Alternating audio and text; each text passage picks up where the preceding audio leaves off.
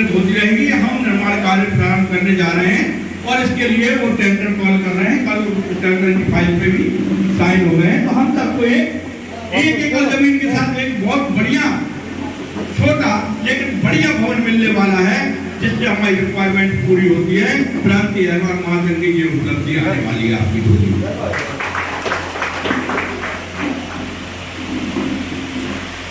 क्रांति अहबार महासंघ का जो मूल उद्देश्य है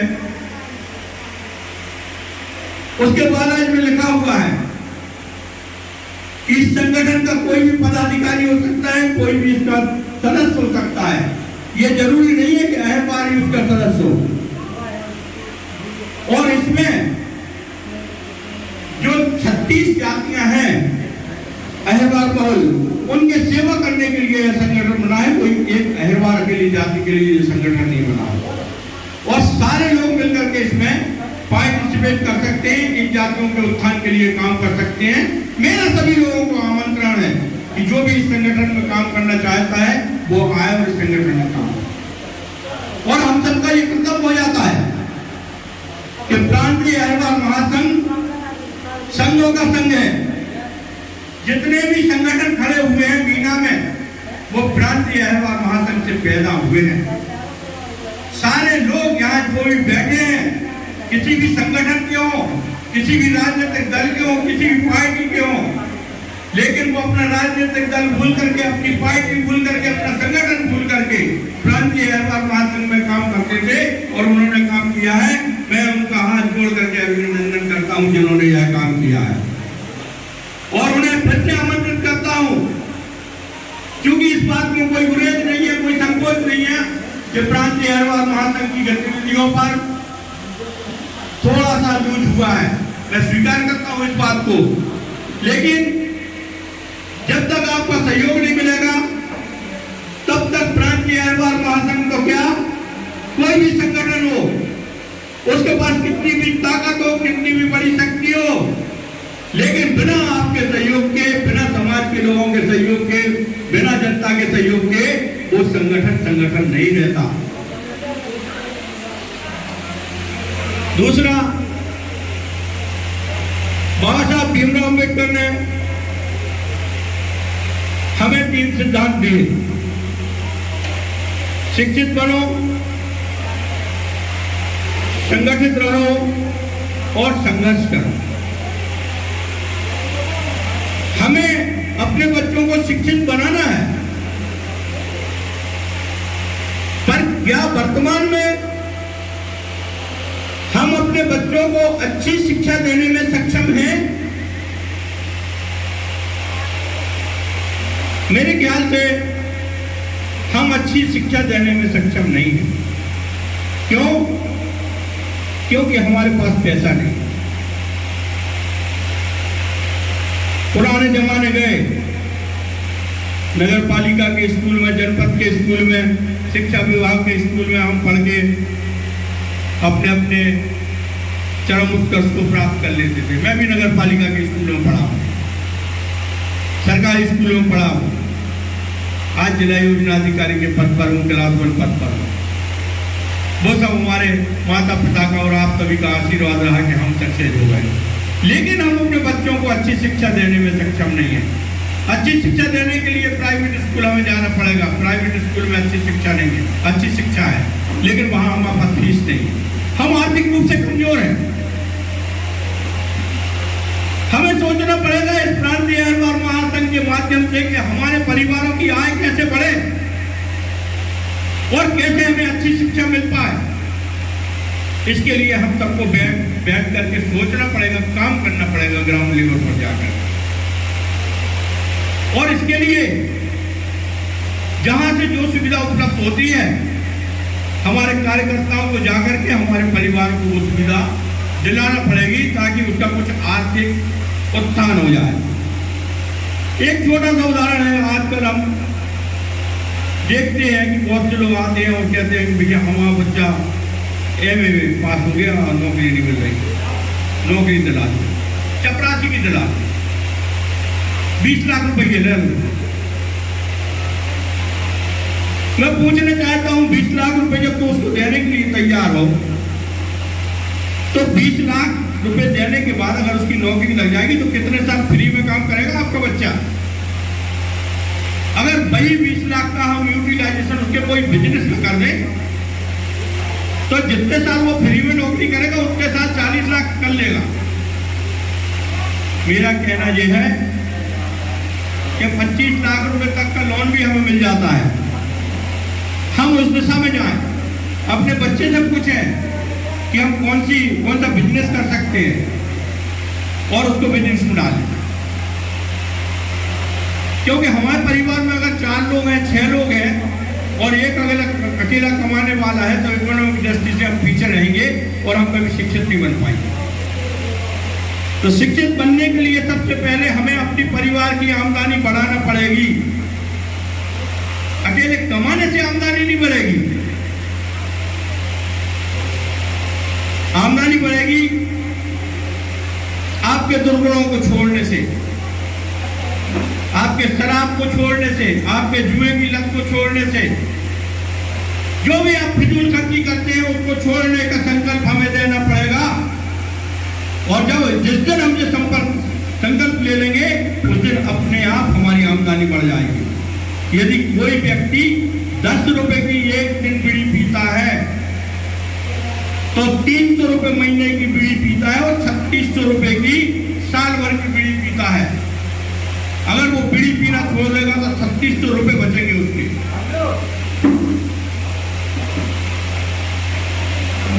और उन 3600 रुपए से हम अपने बच्चों की ड्रेस तो दिलवाई सकते हैं, कापी किताबें तो दिलवाई सकते हैं।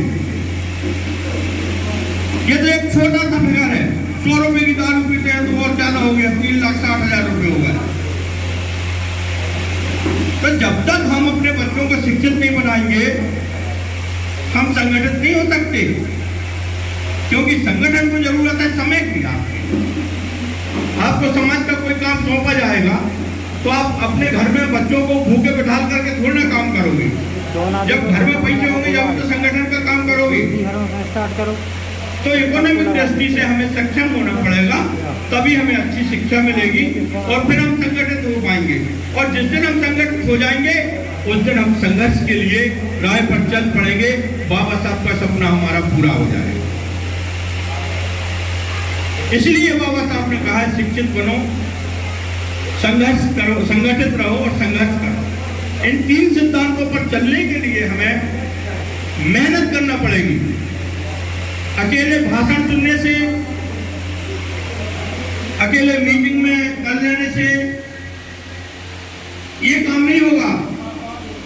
हमें घर घर में बैठ करके उस घर की पोजीशन लेना पड़ेगी कि हमारे पड़ोस का बच्चा स्कूल क्यों नहीं जाता, क्या कारण है, और उस कारण को दूर करके हमें उसको स्कूल भेजना पड़ेगा। दूसरी बात, हम ये सोचते हैं कि छुआछूत व्याप्त है। क्यों है छुआछूत व्याप्त? कभी आपने ये सोचा? वो जमाने लग गए, वो जमाने बाबा साहब की देन से चले गए जब छुआछूत था और बाबा साहब के आने पर वो छुआछूत को तब तक खत्म हो गया। यदि हम अपने बच्चे को, गारंटी देता हूं मैं, जिस दिन हम अपने बच्चे को साफ सफाई से, स्वच्छ तरीके से रहना सिखा देंगे, जिस दिन हम अपने घरों को साफ, स्वस्थ, सुंदर, स्वच्छ बना लेंगे, जिस दिन हम अपने गांव को, गलियों को स्वच्छ कर लेंगे, उस दिन ये घृणा नहीं रहेगी, उस दिन छुआछूत नहीं रहेगी। ये मेरी गारंटी है। और बाबा साहब का सपना जब हम पूरा कर सकते हैं जब हम आज सबसे अनुरोध है कि स्वस्थ रहने के लिए भी स्वच्छ रहना जरूरी है। अगर छुआछूत के लिए नहीं है, स्वच्छ रहने के लिए भी क्या है, स्वच्छ रहना जरूरी है।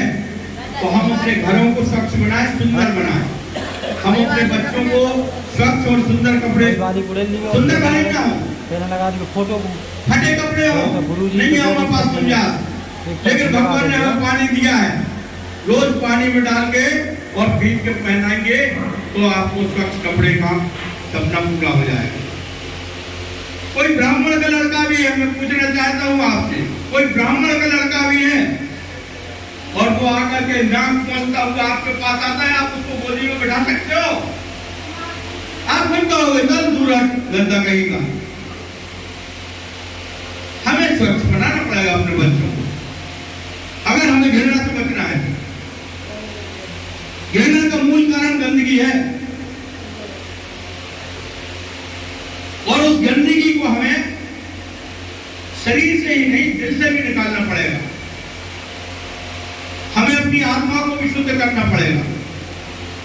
जब हम अंदर से शुद्ध होंगे, अंदर से हमारे विचार शुद्ध होंगे, तो बाहर अपने आप हमें स्वच्छ तस्वीर नजर आएगी। मैं ज्यादा ना कहते हुए, क्योंकि ये जन्मदिन का कार्यक्रम है, उपरांत ये अहरवार महासंघ का स्थापना का कार्यक्रम है, बोलने को और भी बहुत सी बातें हैं, बहुत सी सामाजिक कुरीतियां हैं। एक हम लोग उस पर भी जोर देते हैं, मृत्यु भोज पर। मृत्यु भोज बंद करें। अभी मैं कुछ दिन से देख रहा हूं, कई जगह में गया, हमने क्या ट्रेंड अपना लिया? शांति सभा का आयोजन।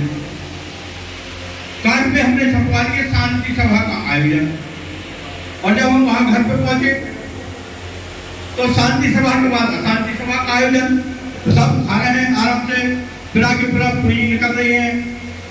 भाई मृत्यु हो जब हमने बंद किया, क्यों किया बंद? इसलिए बंद किया कि हमारी दरिद्रता खत्म हो सके।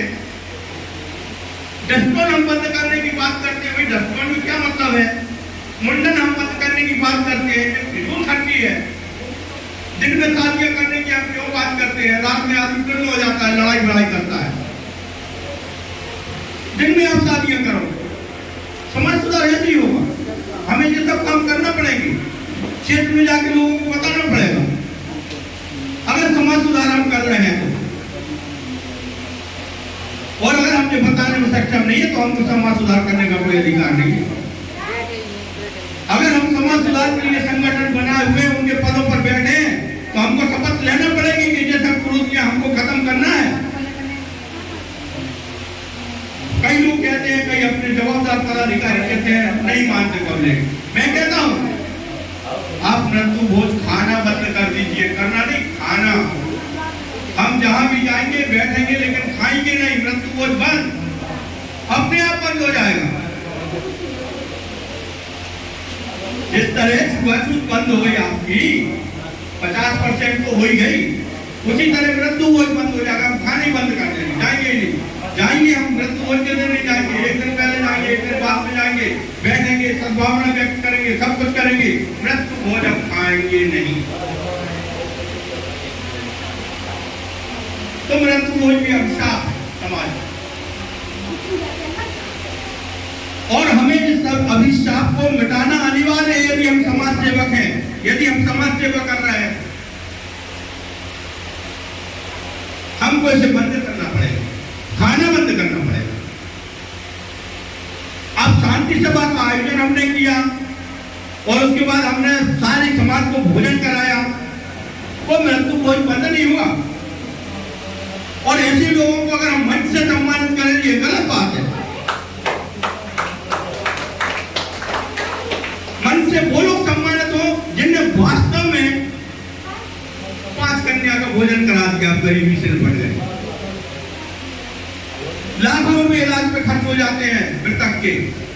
कभी कभी भोपाल लिए फिरते हैं, दिल्ली लिए फिरते हैं, कलकत्ता लिए फिरते हैं, और लाखों रुपए खर्च करने के बाद जब घर आते हैं तो कहते हैं भैया गंगा जी लाओ, मृत्यु भोज करो। और फिर साहूकार के यहां अपनी जमीन गिरवी रखते हैं,